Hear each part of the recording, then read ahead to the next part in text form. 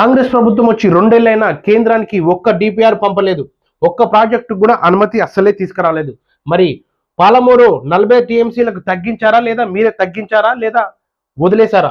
Green tribunal case వేసి పాలమూరును అడ్డుకునే ప్రయత్నం చేస్తున్న కాంగ్రెస్ పార్టీ. అలాగే ఉత్తమ్ కుమార్ రెడ్డిపై కూడా సంచలన వ్యాఖ్యలు చేశారు హరీష్ రావు. ఉత్తుత్త మాటలు మానుకొని ఉన్న సబ్జెక్టు తెలుసుకొని మాట్లాడాలంటూ ఉత్తమ్ కుమార్ రెడ్డిపై హరీష్ రావు రెచ్చిపోయారు. మంత్రి ఉత్తమ్ కుమార్ రెడ్డి ఉత్తుత్తలు మాటలు మాటొద్దని మాజీ మంత్రి సిద్దిపేట ఎమ్మెల్యే హరీష్ రావు అన్నారు. బీఆర్ఎస్ హయాంలో 7 డిపిఆర్లకు అనుమతి తీసుకొస్తే కాంగ్రెస్ హయాంలో 3 డిపిఆర్లు వెనక్కి వచ్చాయన్నారు.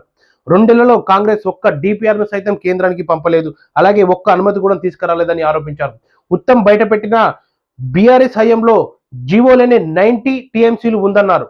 అలాగే గతంలో గ్రీన్ ట్రిబ్యునల్ కేసు వేసి కాంగ్రెస్ నేతలు పాలమూరు ప్రాజెక్టును అడ్డుకున్నారని, మీరంతా పాలమూరు ద్రోహులేనని హరీష్ రావు అన్నారు. అలాగే ఉత్తమ్ కుమార్ రెడ్డి కరెక్ట్ సబ్జెక్టు తెలుసుకొని మాట్లాడితే మీకు విలువ ఉంటుందని, ఫస్ట్ మన నీళ్లు ఎన్ని రావాలి, వాళ్ళకి ఎన్ని ఇవ్వాలన్న దానిపై ఫస్ట్ మీరు దృష్టి పెట్టి కరెక్ట్ ప్రిపేర్ అయ్యి మీడియా ముందుకు రావాలని హరీష్ రావు ఎద్దేవా చేశారు.